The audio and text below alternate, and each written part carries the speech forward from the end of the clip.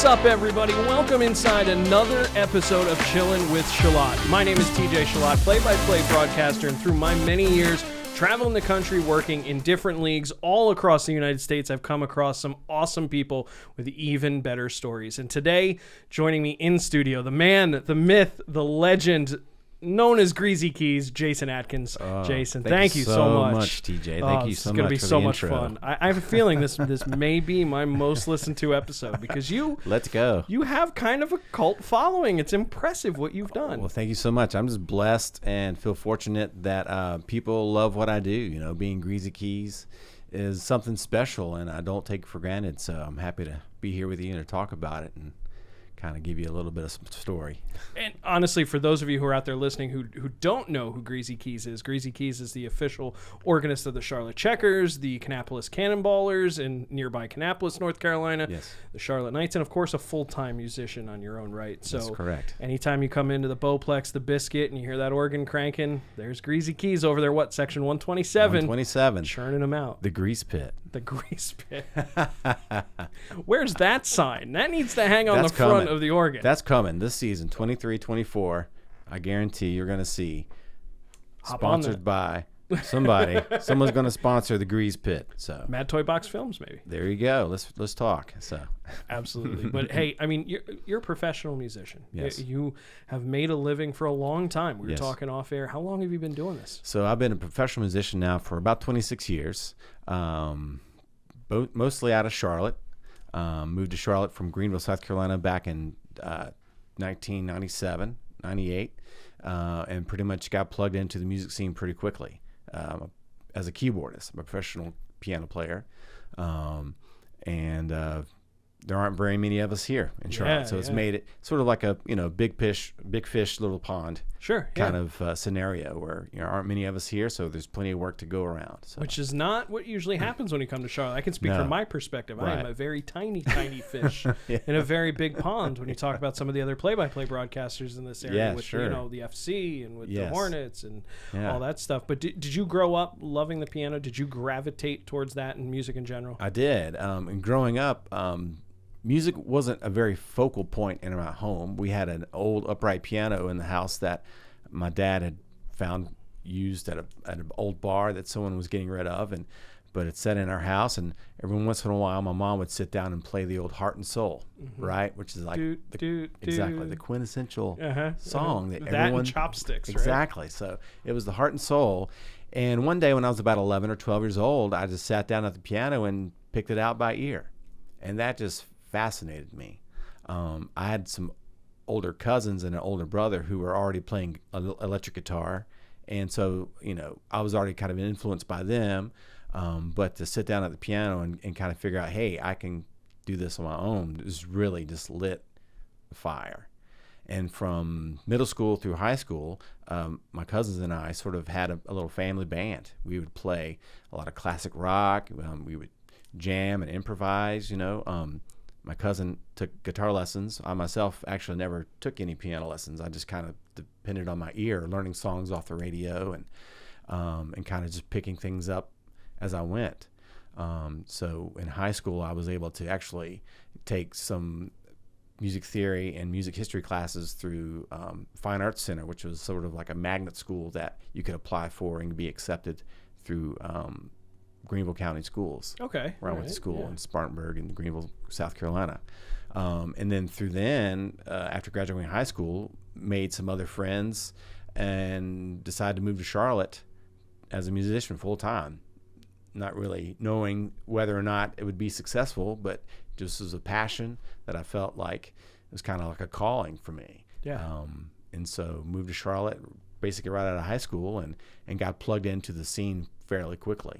That's great. How much of your knowledge now to this point is traditional music knowledge? Because I remember I first got my first guitar when I was 13. I took a bunch of lessons. Like I can still tell you basic chords and all this stuff, but I'll watch people on like YouTube and they're just sitting there, they'll hear something, they're like, oh, that's a C add 9, and then they're going down to a major 7 and they're doing all this stuff, and I'm going, how do they even know? How much of that is you? Like when you're up there and you're playing Crazy Train, by Black Sabbath, how much of that is you going, okay, I need to make sure I'm doing this, like, and actually thinking of the notes and thinking of the scales and all that stuff? Or are you just strictly, I'm memorizing it by the sound and I know where the sound hits on the keyboard? No. So when it comes to that, there's a mixture. I've over the years, I've taught myself how to read, so I wouldn't say I'm a very super proficient reader, but I can read at a very adequate level, to the point where, sight reading something on the spot, say someone makes a request. Yeah, okay. I've done that. Yep. Someone makes a request at a game, and which is one of my favorite things about, having the Checkers gig, is having folks come up and request songs, and because it really drives me to do that, to make people happy and to make that request possible so they can hear it throughout the Coliseum. So, yeah, I'll pull up the chart of something and read it. That's cool. And so, some songs... Self-taught? Self-taught. That's crazy. Well, so once I moved to Charlotte, obviously, through the initial... Fine Arts Center, which is awesome program, Fine Arts Center in Greenville, Spartanburg area, I was able to learn a lot of music theory, college-level theory. Okay. So that really opened up a lot of the technical side for me, and learning about intervals and, like I said, ninths and sevens and things like that.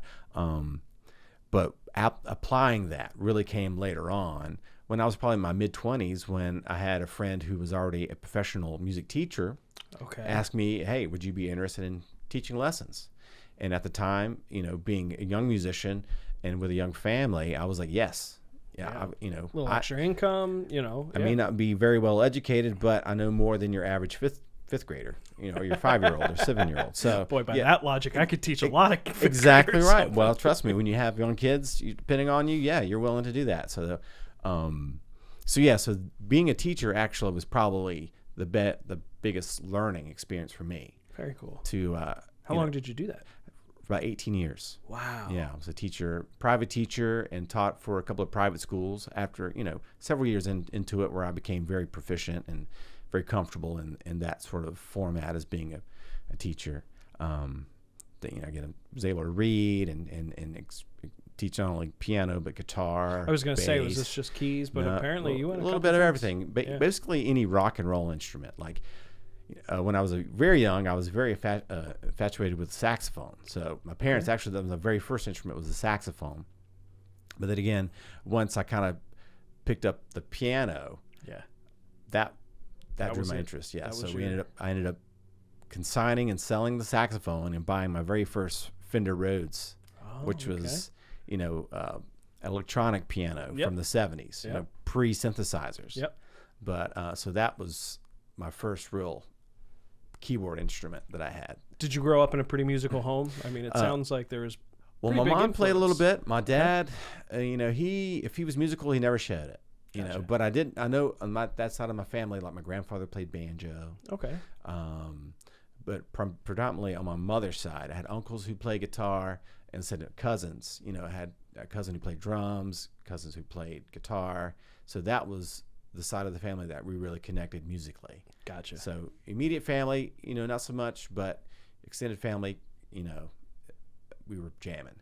And my parents were very supportive, getting me the saxophone at first, and then letting you transition to the piano. So they were always 100% in my corner. Moving, out of from high school to Charlotte.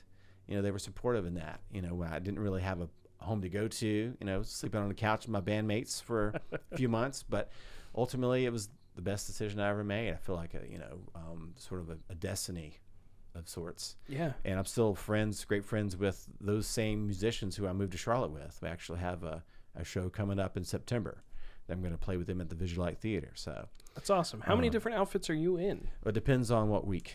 Okay. So being a professional musician in Charlotte, where it's not necessarily a music town, requires you to be very diversified.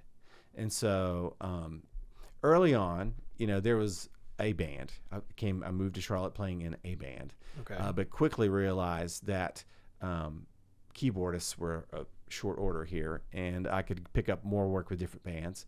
And so before long, within a year or two, I was playing maybe like 3 bands. Okay.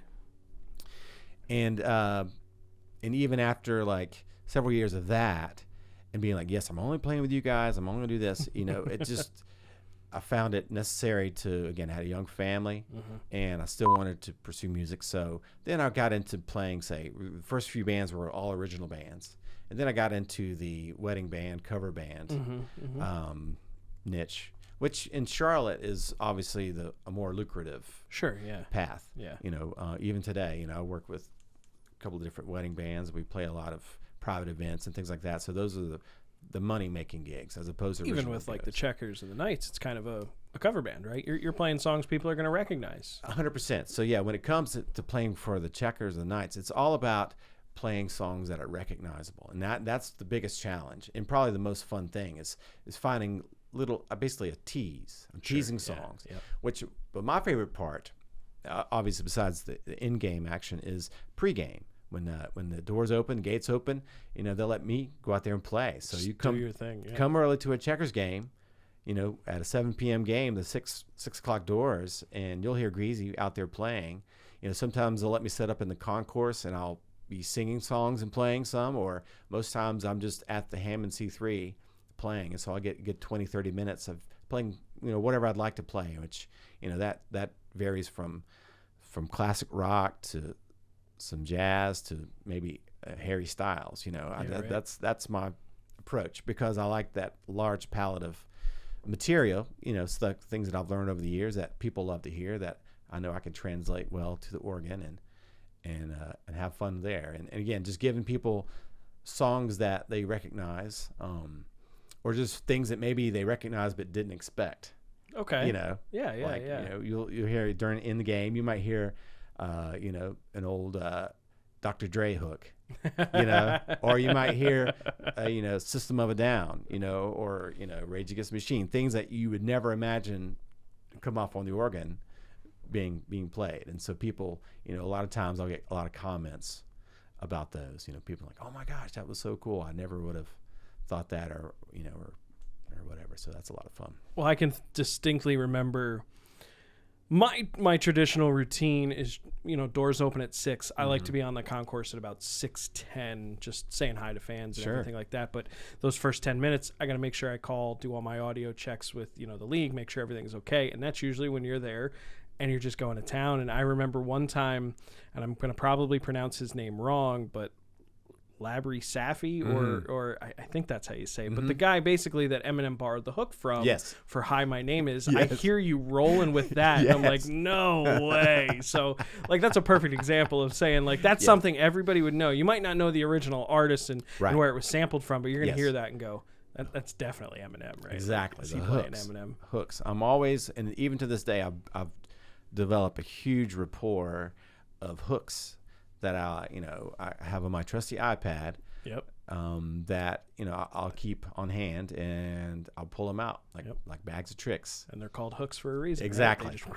Exactly. Just hook in. So I love that part of the game because it's fast paced. Yep.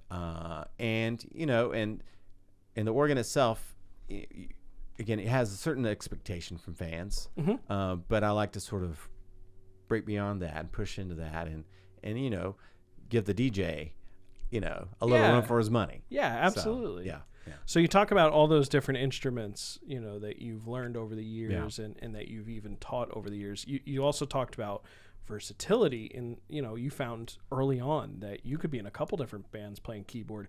Are you playing other instruments in other bands too? Because now you've got versatility twofold. Right. No, primarily keyboards are like my bread and butter. Okay. Guitar playing, things like that are passions. I collect guitars as well. So, and those are usually at home or if I'm recording or things like that. But yeah, usually if I'm out in public, I'm usually behind the keyboard. What's your favorite guitar that you own? Probably it's a beautiful Martin. It's a D28.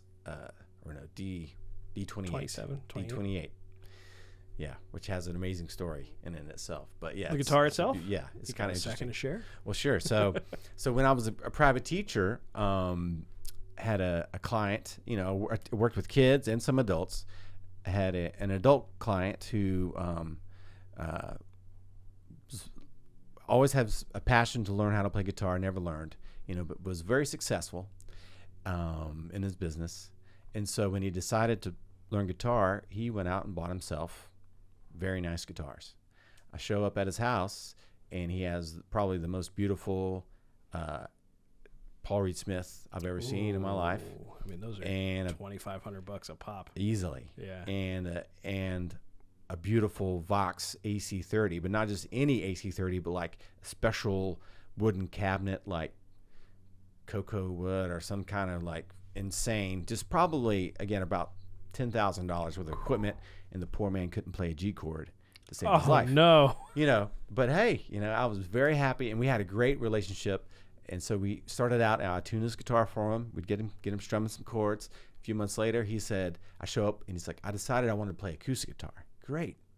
Well, he pulls out this beautiful Martin D28 custom shop. Oh. I mean, just like not your regular Martin D28, but like a custom shop D28. Yep. It's just beautiful, stunning guitar. And so we probably have go on for another year or so doing lessons. He gets to where he can play a couple of songs, but most of our sessions end up being just sort of hanging out sessions. Yeah. And eventually, of course, that only goes for so long. So he stops lessons, and a couple of years later, I hear from him. He's like, yeah, I want you to have these guitars. It's like, I know you and my daughter at the time, you guys are musicians, and so you would have a lot better use for these than I would. I was like, are you serious? I mean, you don't want to sell these guitars? That's awesome. He's like, no, I would want you to have them. And so I'm like, I'll be right over. Can't get there fast enough. Exactly. So I go right over, and I'm like, are you sure about this? I will give you as many lessons as you want, if you ever decide to pick back up. He's like, yeah, I figured out I'm left-handed. I was like, okay. So that was his excuse. Okay, whatever. If that's what he wants to say, sure. Sure enough. Yeah. So yeah, he gave me this beautiful Paul Reed Smith electric guitar and this stunning Martin guitar. Wow. Collectors. Does it have the on the Paul Reed Smith? Does it have the doves on the pearl inlay? Oh and yeah, all that? and it was like the hollow body double cutaway. Oh man. It's probably about a $4,000 guitar, honestly. Yeah, they're expensive. Yeah. Because it wasn't like the whatever their brand is now. The Paul Reed Smith, and you have it's like the Lexus and the Toyotas. Exactly. It's and even those, Gibson and Epiphone. Exactly. Yeah. So like their Epiphone version, they're still very expensive, but this was like the real deal Paul Reed Smith. Stunning guitars. It blew me away. Yeah. But I did end up selling the Paul Reed Smith, but I kept the Martin because it's a stunning guitar, and it's beautiful, and I love to play it. You picked the right one. It's the pride of Nazareth, Pennsylvania, which is just outside my hometown. That's amazing. I grew up and went to high school in Bethlehem, Pennsylvania, and nearby is Nazareth, Bethlehem, Nazareth, Israel, all that good stuff. Actually, when I was in college, as a matter of fact, we went to, originally went to college to be an architect major for all of a semester, and then I realized I suck at math. Why am I doing this? But we actually went to the Martin factory to check out how they were all made. We got a tour through the custom shop and all that stuff. And somewhere I have a sound hole punch, because that's what they give away to people who do the tour. When fun. They punch out the sound holes, they just engrave it with like Martin tour and stuff like that. And I remember seeing that, and I did a project after visiting that. We had to listen to a piece of music and turn it into an architectural shape. And I remember holding just a simple A chord, and I remember where would my fingers be on the fret, and it kind of goes up, and then it sharply dives like that. I'm like, I'm going to build a building that kind of is like the sharp scoop, and then I was like, you know what, this is not what I thought it was. I'm going to go more into journalism and writing, because I can't do numbers. But Martin, I did own a Martin. I did D27, and I had it for all of a year, and I ended up selling it. But it was my favorite guitar. I mean, there's just something about them. There's something about them. No, my favorite kind of guitars, I love vintage Gibsons. Those are my favorite. And I had a vintage Gibson for a while that I regret ever selling, but as far as the guitars that I have now, that I think about it too. What's that? I've done that tour too in Memphis. So that's fantastic. Well, you mentioned also earlier that your daughter was big into music. Are you a musical family? I mean, everybody kind of. You met your wife at a show. I did. So I met my wife at a show back in 1999, and so we had our daughter, who is 23 now. She was born in 2000. And she started out when she was 11 or 12, basically singing and songwriting. Yeah. Kind of pick up the ball and ran with it, even next level, honestly. Really? Because, I see myself, I'm a musician. I sing. But I would never call myself like a singer first. Right. I sing out of necessity. But she was just a natural singer, songwriter, wrote the most incredible songs, even at that age, and was fearless. Like, she has a stage presence that's just natural. Can't teach that. Exactly. And so that was amazing to see. And my son, he is also very musical, but he took drums. So at one point, we did have our little family band. Yeah, you did. In little the Partridge elementary family. School. Exactly. Maya, my daughter, was playing guitar and singing. I was playing a little piano or bass, and my son Brady was playing drums. So we have a lot of fun home videos of them growing up. But then as I got older, he sort of drifted away and doesn't have that passion. But I would say if he wanted to, he could definitely pick it back up. So very musical. But they're both incredible writers, which they take after my wife. She's the writer. Gotcha. I'm the musician. She's the lyricist. So. And she just saw this long-haired guy playing the keys, and she was smitten. Pretty much. Pretty much. That's fantastic. That's pretty much the story. She asked me out, so that was how that went. It's clearly going well so many years later. Yes, sir. 24 years married coming up. So. That's incredible.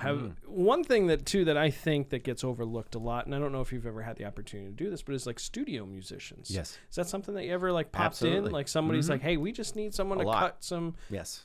I'd love to hear some of those stories. So, so there are a few studios here in Charlotte that are still active. With obviously as technology has gotten better, people have laptops.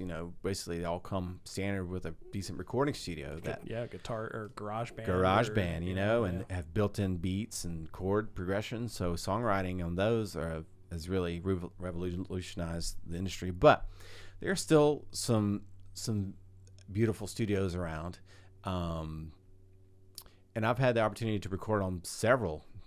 Actually, I sat down and try to keep count over 1,000 songs from different artists. That's fantastic. Yeah, I'm gonna ask you to name drop here now. Right. Okay. So what do you got? So my probably number one, top thing, Snoop Dogg. Woo! What song? What album? Let's hear it. Come on. Well, it's very explicit. I couldn't play the song for you, but that's okay. What's the name of the song? And oh, by the way, if you're watching this on YouTube, don't you dare go over and search Snoop Dogg in another tab. Wait until the end of the show. Right. What do you got? Oh Lord, I'd have to look up the name. So basically, Snoop Dogg dropped the verse on this other artist's song. Here in Charlotte, or did you dub over? No, I dubbed over. Okay. No, he had already cut his vocal or whatever in L.A. Okay. And so, but I had the opportunity to basically record the keyboard part for the song. So you're gonna tell us what song it was? Do I'll you have even to remember? I have to remember the name. All right, we'll have to edit that in. We'll but give you a pass. I Who will else you definitely got? let you know. Let's see. Who else? Mostly has been local artists. Now, I've also had the opportunity of recording for some film and that's TV. pretty cool. So, the primary songwriter for The Righteous Gemstones, which is Danny McBride. Yeah. TV show HBO. His main composer is here in Charlotte, and so I'll get the call for any sort of advanced keyboard parts that might be necessary. And so on a couple of Righteous Gemstone episodes. Are you getting credits for these? Like, can I pop open Snoop Dogg's album and see, assorted keyboards? No, it's not like that. It's like one-off. I'm contracted in. I get paid like a flat rate. Okay. But and have just bragging rights. That's pretty impressive. Yeah. Though. I mean, so yeah, you watch episodes or seasons 1 and 2 of Righteous Gemstones. You hear some piano in the background. That's Greazy Keyz. That's pretty fantastic. Because that's something we don't think about enough. We don't think about music and TV and movies. Oh, yeah. and just scores in general of how important they are, like how they set the tone. Exactly. And that's pretty awesome. Was it as unique as what I'm imagining in my head, where you're just sitting there watching an episode of a TV show that's not even out yet, and you're just trying to lay down, or are they sending you pretty much just exactly what you have to play? And it's in those cases, it's pretty much they send, this is exactly what we need to have done, or we want it to sound like this. But I have had the opportunity working with a couple of independent filmmakers locally that I've literally sat and scored as I watched a short film. That's been really cool. So I've had that experience too. So I mean, it's neat. It's impressive. I mean, you're talking 26 years or so that you've been completely funding your family, funding your life as a professional musician, doing all these things, playing piano, playing bass, playing guitar, several different bands, studio musician, and of course, you know, the Checkers, the Knights, the Cannonballers. Yes. How did those two worlds collide? How did you end up becoming an organist for a sports team, and who was first, and what started it? So the Checkers came first. In 2015, the Checkers were moving back into the Bojangles Coliseum. They had been uptown at the Spectrum Center at the time of Bobcats Arena or whatever it's called. They had played in the Charlotte Coliseum, a.k.a. Bojangles, for like Forever. 40 plus years. Yep. And it was my understanding that they literally had the little old lady playing the organ for them for years and years and years. And I'll have to look it up. Actually, the lady, she just passed away a year or so ago. I even shared her obituary. I have to go back and find it. But when the Checkers moved back in, I think it was just a desire for them to utilize the organ that was there to kind of bring that element back. And I had a good friend, an incredible singer-songwriter, musician named Jessica Borges, who was the piano teacher for our for Tara Black. Oh, okay. So she taught her daughters lessons, piano lessons, and maybe voice lessons. And they initially approached her about, hey, would you be interested in playing the organ? And she said, yeah, sure. When she got the schedule, she's like, well, I'm not available all these dates. Let me see if I can find someone else who might be, willing to help. And she just happened to reach out to me. Actually, she made a Facebook post. She's like, who in Charlotte do you think would be a great organist? Yeah. And everybody tagged me. So I was like, she reached out to me, which we were already friends, but after putting that out there, she's like, let's reach out to Jason. And so we followed up with the Checkers and went in and auditioned. And when I walked in and saw the Hammond C3 organ. You talk about that organ so much. Yeah. I know you love it. Well, absolutely. The Hammond organ is pretty much every keyboard player's dream organ to own and play. It's the coup de grace. Exactly. Coup de grace. Great way to put it. So I walked in, saw a Hammond C3 organ sitting there. I knew this was going to be a great interview because, for one, you can't just turn it on. It actually takes a series of switches that you have to hold and click and things like that to even turn the thing on. It's fickle. Yeah. It sounds very fickle. Yeah. So I knew once, like, that was one thing. I was already up on Jessica. I knew she didn't know how to turn it on. So initially I sat down, turned it on, and played a bit. And that pretty much sealed the deal. I mean, is this like tubes in there that needs to like warm up? Is that what it is that makes the sound? Yes. So, the story of the Hammond organ is it was actually invented as a newfangled pipe organ. Okay. Right? It was, think about... Kind of has that sound. Well... A little bit. Especially...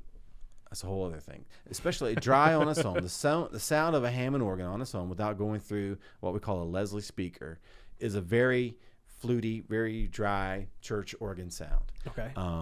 And so if you look at the Hammond organ, you have these what are called drawbars. You actually pull them out, right? And so each drawbar represents a length of pipe. Okay. So, a long length of pipe would be a low tone. A short length of pipe would be a high tone. And so on the Hammond organ, you have a set of 9 drawbars that represent 9 lengths of pipe down to like a 16-foot fundamental tone. Okay. That's the lowest tone. And so you build the sound of the organ by pulling out different lengths of pipe. And or just different configurations. Exactly. And so each drawbar acts as like a volume for each frequency. Right. So if you have all 9 drawbars pulled out, you actually have you play a C note, you actually play a C chord. That's how many, because a note is based on the fundamental and you have overtones. Sure. Right? And so within those overtones are harmonies, which literally, like, you have all 9 pulled out, you hit one note, you think you're hearing one note, you're actually hearing a chord. A whole bunch. Yeah, you're hearing a chord. So so you can stylize or manipulate the sound. So if you want a really brassy, really loud sound, you have them all out and you dig in with all your fingers and you got a huge sound. Or you may have just say one pulled out and it sounds real soft, delicate, exactly. When you're reading like a piece of music, someone comes up to you and requests a song. Mm-hmm. Are they telling you how to pull that out, or you just need to know that machine You need to know. you have okay. Right, yeah. So that really speaks to your skill set. Exactly. So, navigating a Hammond organ, which, this is from the 50s. Okay.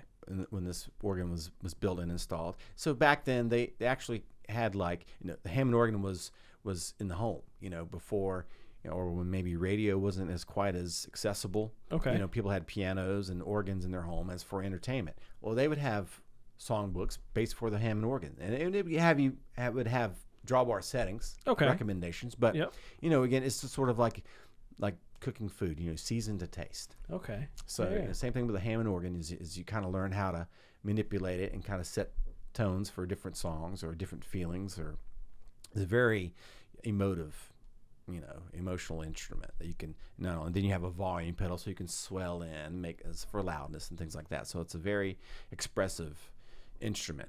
So. Were you part of the process, in terms of modernizing that organ and making sure it sounds good at the Biscuit and making sure that it feeds well into the speaker system and all that? Well, I sort of see myself as I help, I wouldn't say physically maintain it, but I definitely keep the ones that you need to know abreast, because it is an old instrument. It's built in the 50s. It's probably been there since the Coliseum was built. That's my understanding, is when the Coliseum was built in the mid-50s, the organ was installed.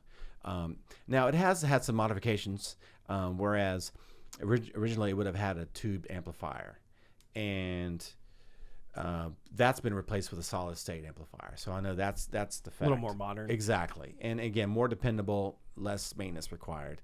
But little things can go wrong. I mean, what they call the tone generator, is made up of literally tiny little wheels spinning that make contact with this metal that creates a sine wave. So that is the basis of the tone. And so you have each drawbar has a series of wheels inside, and so that has to be oiled.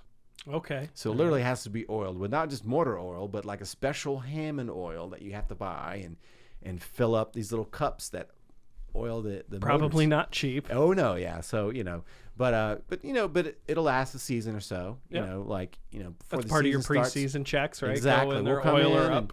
And folks there at Bojangles Coliseum, who literally the city owns the organ. Mm-hmm. I keep them. Hey, if something needs to be tweaked or just maintenance, they're on it. It's impressive. Yeah, there's a lot of mechanical parts. Which is great. The Hammond organ, obviously, like I said, it's every keyboard player's dream. Mm-hmm. Obviously, not very accessible. It's in the keyboard world, it's probably one of the most sampled sounds or emulated sounds. Like most digital keyboards nowadays have a sound that sounds very similar to that. To the average listener, they probably wouldn't even know the difference. But being able to sit down behind a 450-pound organ and really, literally put your weight in on it, and if you know how to play it correctly, there's nothing else quite like it. It can be emulated however many times through a laptop or keyboard. It still doesn't quite capture the essence. It's it's just like in music and anything else. Like there's nothing that sounds like old, never reel to reel music. Exactly. Like when you're recording in a studio, Mm-hmm. no matter how digital we get, no matter what we do, you still lose a little bit of that glossiness. Well, it's not even glossiness. It's that ruggedness, that natural sound. You lose a little bit as you get older. There's a push and pull in real natural music, that people may not recognize, but it's there. That I think is very important, whether they are aware of it or not. Like subconsciously. And so I think that's why me being there as Greazy Keyz has been such a fan favorite. Is no diss on the DJ.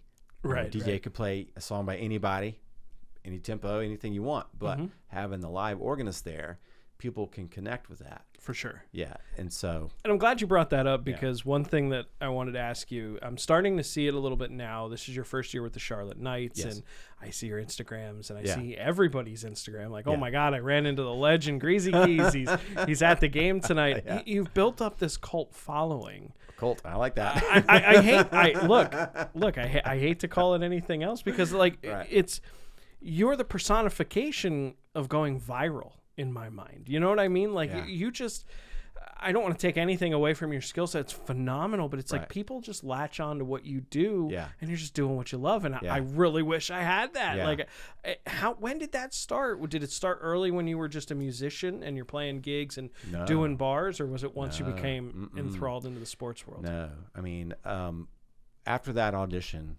with the Checkers, and we're literally walking out of the building, and we're walking and we're talking with the creative director at the time, Eric Bridenstine, and he's like, "Hey, do you guys have any nicknames? You know, we want to try to, you know, have Where these did jerseys." that come from? That Yeah. I should have asked that a long time ago. So, but when we're walking out, I've had a few nicknames over the years, but at the time I was like, you know, well, Greazy Keyz, you know, and Jessica, you know, she was still there. She was going to be Little Bit. So you had Little Bit, Okay. and Greazy Keyz. I like it. And so I think Jessica still has, you know, an original black jersey that has Little Bit on the back out there somewhere. Awesome. But I went with Greazy Keyz because, and believe it or not, I came up with the name as something as an email handle, because I didn't want to be Jason Atkins 12345 at yahoo.com. Yeah. So I tried to come up with something original, and so I came up with the Greazy Keyz with Z's, Greazy, Greazykyez, as just an email handle for to negotiate, you know, if I had contracts come through or anyone to work with me musically, so I wouldn't have to, you know, use my name. Sure. Yeah. And so when he asked me what, you know, was their nickname, at that point, a few musician friends had started calling me Greazy. And so I went with that.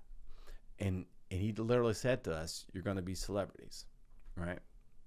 And at the time, I thought it was fine, and it didn't think that it would really become what it is. And, you know, and it's sort of like in its own, like, I'm sort of like still like, I don't know if I could ever really accept myself being a celebrity per se, but it's a phenomenon. Yeah, That's what I was trying to describe with, yeah. with cult following, Yes. you know, but you're not quite a secondary mascot. You're something more than that for Well, the thank team. you. I'm sorry, Well, but thank you. That's okay, you know, because it's true. You know, like people think of their experience at the Checkers game. Obviously, the first thing they think of is the players. Right. But, you know, players come and go. And people who are there, and just even season ticket holders Yes. going back to when they returned to Bojangles. Yes. You know, there's been hundreds of thousands of players that have come through since then. Right. You know, there's only really been two serious, you know, like, I guess in the case of Chubby, he's been there from the beginning. You've been there from the beginning. You know what I mean? And that's pretty much it. You know, like,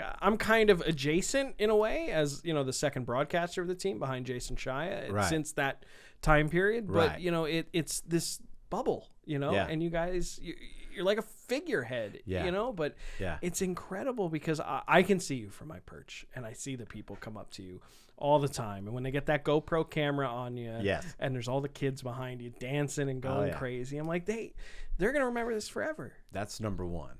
So take it back a bit. Probably the moment that I knew this was going to be something special was literally, I think, the very first game of that 2015 season. And, you know, as I was coming into it, I was like, what can I do? You know, we have Chubby, and I didn't want to be just the organist, you know, because a lot of, you know, again, when you have the organ versus a DJ, you know, energy level wise, the DJ is always going to win because, you know, you have all of the world's music at your fingertips. Organist, it's the full music, right? Right. The organist, you know, you're just stuck with the organ. You're only limited, you know, to what you know.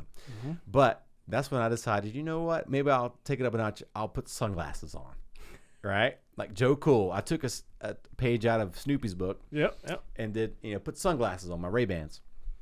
And so it's funny you say that because I was wondering if you were going to come in wearing your sunglasses. Well, I brought them with me in case, just in case I was ready.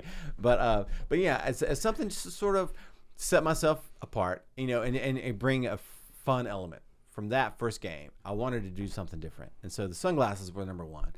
But I do remember the very first game, I was getting to play on a break, and I did something. I went up to hit a high note, and I raised my hand like this, and Sean, the camera guy, just happened to pan and hit me.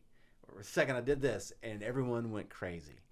And that was the moment I knew that this was going to be the best gig ever. That's fantastic. And so that very first season, you know, said Jessica got the call. So she called dibs on whatever game she wanted to do, and it just so happened I was able to take opening night. So that was really a fortunate thing for me that I saw.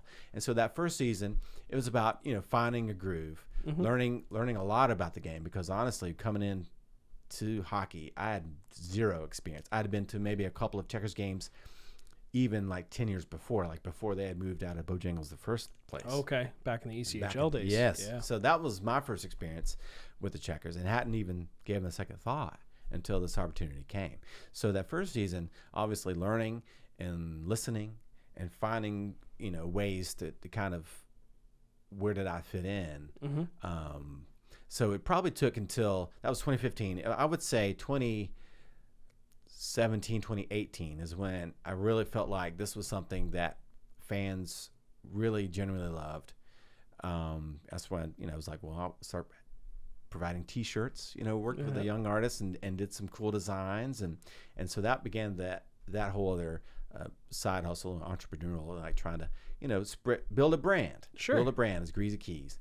And then, like you said, over now, and this will be my 8th season with the Checkers, Chubby and I are kind of the two constants, right? Absolutely. We have fantastic players that say come and go, which that's the minor league. That's the way if we're doing our job right as a team, they're coming and going, right? That's good. So being that constant, obviously has connected with throngs of fans. Yeah. Everything from little kids, like you say, to the college kids coming in on dollar beer nights to families, to couples, season ticket holders, obviously. Oh, for sure. I mean, I'm on a first name basis with so many season ticket holders. I'm just so fortunate, pregame. This past season was a great time. A lot of tailgating because the weather was nice. So pregame, I'm usually out there tailgating before my organ set. Okay. Mingling with the crowd. So that's, I love it. That's something I really love doing because I've gotten a great rapport with so many folks. That's, and over the years it's grown. I've just, I like interacting with people. I think if the organ wasn't as accessible, I wouldn't have as much fun. Yeah, it's in a great spot there. Oh, yeah. I was thinking as you were telling that, I was thinking of some of the other organists that I follow on social media, whether it's TikTok or something. Like I think the St. Louis Blues organist has a big following on TikTok. Yeah, but Jeremy Boyer. He's way up there. I mean, he's up in the gondola next to the play-by-play guys and stuff, and he's very detached from the crowd. While they get into his music and they love to send him stuff, it's not nearly as just immersive as your spot right there. And to be honest, I'm the same way. I've made a lot of good friends with, at least online, with major league players, a few other minor league players, and no one else has a situation quite like me. And I wouldn't want it any other way. Like I would not want to be in a press box. I would not want to be way up high somewhere. And that's where everyone else is kind of situated. Yeah. Because, the organ is sort of like, it was not a focal point, obviously. It's background. But I think I just really lucked out with the fact that bottom of 127, that Hammond organ sits there and never moves. And that section of seats is always open. Like they don't sell those tickets. So that's why I've been really, I call it the grease pit now because, people can kind of come and go through a game. And you'll see that, like I said, some nights, some kids will get a little whiff of the Greazy cam. The organ has the camera on it. Yep. And so kids want to get on the cam, so they'll come and crowd around and we'll have a good time. Or, young couples or like season ticket holders, they'll maybe have seats in one section, and when the team switch sides, they'll come so they can be near our goalie. Sure, yeah. And so I'll get that interaction, so it kind of ebbs and flows throughout the night with fans, and that just another fun element for me because I love that interaction. Yeah, there's nothing like it. Come in and say, make requests. Yep. Or say, oh my gosh, I didn't know there was a real person over here. They're just flabbergasted. Even after all these years, there's new folks coming in every night. Time. Their first game experience. And they're fascinated. It's a real person. Exactly. It's not somebody that's just hitting buttons on a garage band. Exactly. And they can talk to me. I mean, Chubby's number one. I'm always Chubby's wingman. He's the best. He's the best, but he can't talk to you. You can come and talk to Greazy.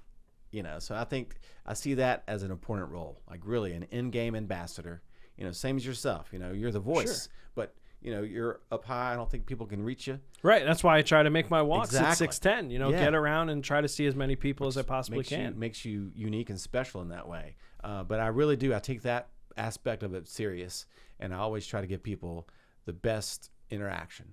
I'm always in a great mood. I mean, I can't not be happy there. Yeah. So I always try to bring that positivity to every game because I know it's going to be someone's first game. Or, season ticket holder, I see them week in, week out, and I want to have great relationships with them because, I want to keep them coming back, you know? And not only the relationships with the fans, but Yeah. you already talked about Eric Bridenstine when you Yes. first got started. Yes. But obviously there's a relationship there with your current coworkers, including Zach Harvey, who's a technical Absolutely. director who Fantastic Fantastic Yes, sir, job. Zach. On the technical side of things, what's that like for you in a night? I mean, are you there for the script meeting and do you have Yes. like a run a show and all Yep. that? Like, do you kind of know exactly when the camera's going to come to you, No. or is it really just, hey, Greazy, we're coming to you next stoppage, like that kind of thing? So, Zach, who's a fantastic creative director, I'm there. Unbelievable. I'm there for the script meeting, and over the years, obviously, like I said before we started, we've developed a great rhythm. So I can sort of anticipate. I mean, it's always Zach's call, Absolutely. but I can sort of anticipate moments in the game where I know I need to be ready. It's like, he hasn't come to me in a little bit. I Yeah. feel like it should be Yeah. coming soon. I can kind of feel, at what times, and so I always got a couple of choices depending on how obviously the play of the game's going. I try to keep at least 2 or 3 options floating, Okay. and then pull the trigger once he calls for Oregon. And so once the whistle blows, then I know, well, am I playing underneath the announcer or is it all Greazy? And so those are sort of things that sort of dictate What you're going to play. what I'm going to play. But Okay. I'm ready. Okay. So if we're up, I have a couple of choices ready. If we're down, a couple of choices ready. I'm always trying to keep things just ready. Prepared, I'm right? trying to be prepared. I'm sitting here thinking my anxiety would be Right. dialed up to 11. Well- like, I would be like, Well, it can be, but at the same time, that really excites me. That part of as a musician, as a performer. as a performer, and again, that kind of harkens back to my starting out learning by ear. Yeah. It seems like when I was in high school at the Fine Arts Center, you had kids who were super talented either by ear, who maybe did not do so well on the technical side, but were just fantastic performers or players just on their own right. Or you had kids who were incredibly gifted classically, who could not jam to save their life. The only could read was what was on the page. Right. And so my takeaway from that was I was grateful to have the ear that I had, but I knew I needed to be able to read some. Sure. And so jamming became just the way that it went for me. So like I feel very comfortable in any sort of scenario with other musicians or on my own to just kind of make up Fire from the hip. Yes, fire from the hip. Fire from the hip. I feel that really excites me and makes it fun for me. So in those kind of scenarios, I feel like I really excel. And How does that differ then, in terms of the checkers? How does Right. it differ from the Knights or, Yeah. the Cannonballers? Right. There's obviously different people involved, so there's got to be different processes, two totally different sports. 100%. Yeah. So obviously the pace, with hockey, there's, the whistle blows, end of game or end of play. Then Something's happening. Something's happening, right? Whereas with baseball, I'm kind of waiting for the pitch, but in between pitches, there's stuff going on. In between innings, there's stuff going on. So I'll find that with baseball, I may play a lot more. I'll play for away teams, the batters. I'll play a song for each of them coming up. Okay. And then when our batters are up, I'll maybe play fun prompts. So a lot of the prompts, all those Yeah. things, any cliche, most commonly used cliche you can think of, I will play it. Just and again, just to have fans interact, get them clapping, Yep. have them interacting, have them engaged. That's the goal, every sport. But yeah, it's just about the timing and how often. So with baseball, the pace is much slower for the game, but I get more opportunity to play and a little bit more leniency because I'm experienced and people trust me. Sure. So I kind of just have free reign, or I realize You're a when to play. professional. I'm a professional. right? I've gotten the vibe for the game. And again, it's different even between the Knights and the Cannonballers. That's right. Cannonballers single A, Knights triple A. Yeah, big difference. It's a big difference. Sure. And so and I respect that. I have fun with the Cannonballers. Cannonballers, we're busting out the guitar. Yeah. We're in the stands with the fans. Yep.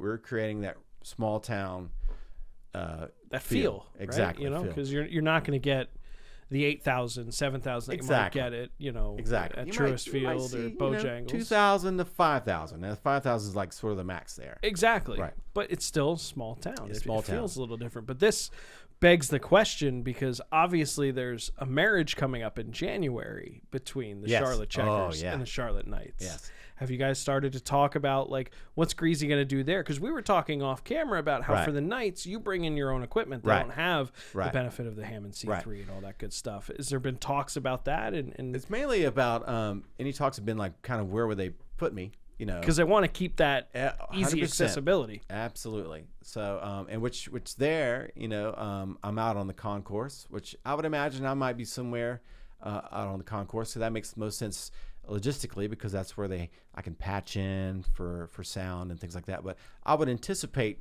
kind of bringing my own rig for that, which I have a keyboard it's basically a dedicated Hammond organ. I was going to say, does it play that exactly very, very close very, to very close? Exactly. Like you were to A/B them, and the average person, me, exactly, I have no idea. Not know the difference.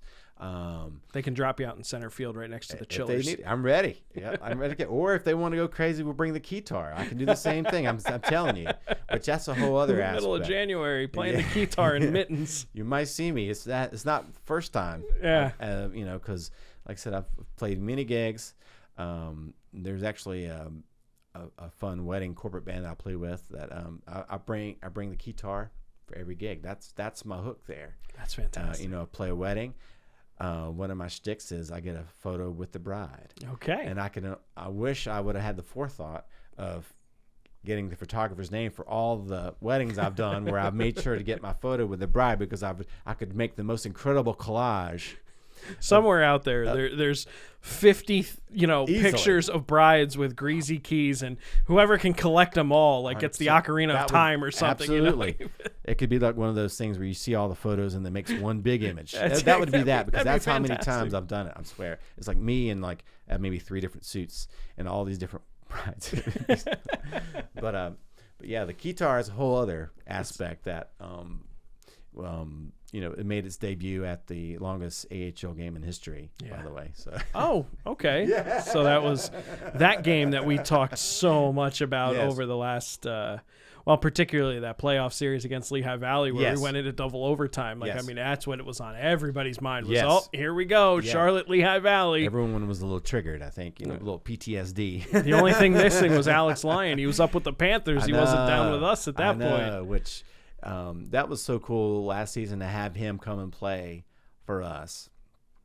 I had the pleasure of his parents coming over and having a conversation with me and telling me how they were just impressed with me and how that game really kind of, bonded us that way in their minds. Yep. And, that just really struck me. Yeah. Struck a deep chord in me to have that connection with, my man's parents. Yeah. And to kind of, the players, I don't get much interaction with them. Sure. But to have that connection with family members, just really, really, I feel connected with Alex that way. And I definitely will continue to follow his career and wish him all the best, you know. So that's been really cool. I'm the same way. And with Alex Lyon, he was the first professional player I ever interviewed in my career. Oh, nice. Back when I was in Lehigh Valley as an intern. Yeah. At the time, Bob Roatruck, he's the voice of the Phantoms, who was like, go interview Alex, go talk to him for a little bit. And I'm like this nervous kid, holding this little tape recorder. I say kid, I was 28 years old, but I'm holding this recorder, and Alex was just fresh out of college, out of Yale, and nicest kid as can be. And then I always followed his career. And then last year when I found out we signed him, I'm like, okay, this is going to be cool. Yeah. I planned on doing an interview with him, a sit-down true interview like this, but he spent so much time up in the NHL, I can never get a hold of him. Right. But it is cool when you get that little It's like fan mail, but in person. Oh, you know what I absolutely. mean? Like when people come up to you, and it doesn't have to be a player's parent. It Right. could be anybody, just someone. I've been a season ticket holder for 10 years. I Yes. love what you're doing. I mean, it's really gratifying. Or particularly like when we have the hardcore fans come in from out of town, from up north. Yeah, and like the Bridgeport folks. Bridgeport's, and, they're the greatest, and because they'll come up to me, they all know me already. Yeah. And so again, that's just a whole other aspect that doesn't really click in my mind, that we're being broadcast, and sure, people hear that. and also the production crew are fantastic with putting me up on the jumbotron or using my shots out on the feed. And so again, that's just kind of grown the Greazy Keyz brand, right? Like people all over the country. Because I've been to a number of AHL arenas. I've never seen another live keyboardist Right. or organist in any of these buildings. I mean, there might be some in the West that I haven't been to yet, Right. but it's a novelty, but Yeah. it's not a cheap novelty. It's Right. really something that adds that fanfare to the Yeah. game, that just kind of adds some gusto to being a fan. Yeah. And again, it's just another element. And again, just being accessible to me is just the best. Because without that, I don't know if I'd still want to do it. But to me now, it's like I want to continue to do this. Like I could see myself becoming like a traveling organist, particularly in the baseball season. Yep. Not only for the Cannonballers, but they're part of the Carolina League single A teams Sure. that are local, Yep. Regional. That I would love to Just go and play different because a lot, venues. obviously, people from there would even know me already. So Sure. just to kind of do that. And wintertime Checkers for my home base, and then springtime Kannapolis is home base, and then and then Charlotte the Knights, and then like I said, maybe grow that way. That's fantastic. We have time for one more question, Oh. and I just want to fire from the hip here. Okay, let's go. All your years, right? Yes. You've been playing sporting events, you've been playing bars, you've been playing venues, you've been playing weddings. What's the craziest story you've ever come across in your entire career? What's the one thing where you just kind of sit back and go, I can't believe that happened and that I was part of that, or I witnessed that, or I saw that? Oh, yeah. Because you got about 4 minutes and we'll squeeze this So in. here we go. Here's probably the my most embarrassing moment on stage. I thought you were going to tell me something that happened out there that you saw, but you're going No, personal. I I'm love going it. personal. That's the only way. I love it. I mean, love it. seeing things out there, it's those all been pretty tame. But for me personally, so I was playing with a band. We were a corporate band, and we were hired to play the Hornets. Okay. For their halftime show one year. Which Okay. also, I don't know if you know this, but I got to play organ for the Hornets one season. Oh, So okay. So you've back- been all over. You've 2018, they celebrated 30 years of basketball in Charlotte, and so I guess back in the 90s, there were maybe an organist there involved. But that season, I got to play one game a month. They had a throwback night where they had old boards and old Hugo, and so I got to play. So that was amazing. But before that, I had the opportunity to play a halftime show there, and they said, we want to do a 7-minute disco medley. And so the band and I, we got together and spent probably several days, weeks, putting together like a 7-minute disco medley. Okay. Right. And we were going to come in wearing wigs, Bell bottoms. the whole nine. And we get there, and it's very rushed. Like the Hornets games is like, hurry up, let's go. They made us set up our guitar amps way off court, and only the drums were on center court with the band. And we had to run a sound from there and pipe it into their system. And when it came time to do the performance, somehow the sound didn't get piped through. Oh, no. And so it was just us jumping around for 7 minutes. Wearing these throwback outfits, the wigs, outfits, the whole thing. No sound except for our drummer and our guitar player, whose amp was like so far away that was like a latency. There's a delay. And luckily we had the wigs on. But we just jumped around our little hearts out, just jumped and acted like we were just playing the best music of our lives, and people just looking at us. Like, you guys are crazy. Yeah, 7 minutes of my life. Did you know while it was happening or afterward? Oh, no. I knew what was going on. I was like, this is terrible. I was literally, what can we do now? I was slapping the keyboard going, there's no sound. I was like playing with my elbows. I was like, there's nothing going on here. Exactly. So we just hammed it up. But that was awesome. probably the most insane 7 minutes of my life on stage. That's awesome because a lot of people would be scared and would be anxious and would be like, oh no, like the whole thing failed and you guys are just out there making the best. What can you do? It's live music. Right. Well, post game, I was like, this was the biggest waste of time, of my life and what the heck were we doing. And they said, luckily I had a wig on. Maybe hopefully no one would ever recognize me. I just exposed myself out there, but that happened. There may be video footage of it out there. I don't know. We're gonna find it. If you find it, please post it in the comments.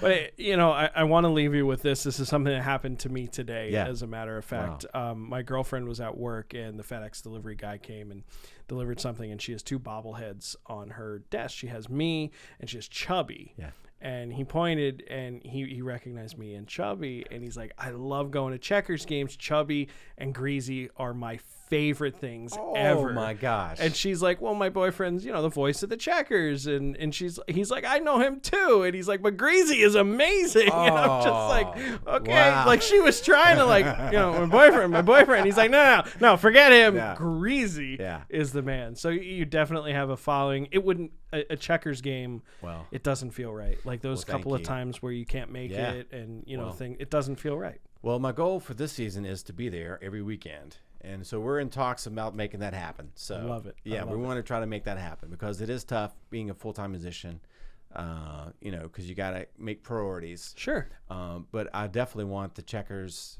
Greazy Keyz, I want it to be my priority. So going forward, I'm just so blessed and so thankful for all the fans who love me and support me, and I want to continue to grow it. So help me do that. We can't wait to follow you, whether it's at Bojangles Coliseum, Truist Field, whether you're out in Kannapolis or you're playing any other venue, Smokey Joe's or anything else here in Charlotte. We can't wait to see you. Thank you, Jason. Thank you so much for doing this. This is so much fun. A great time.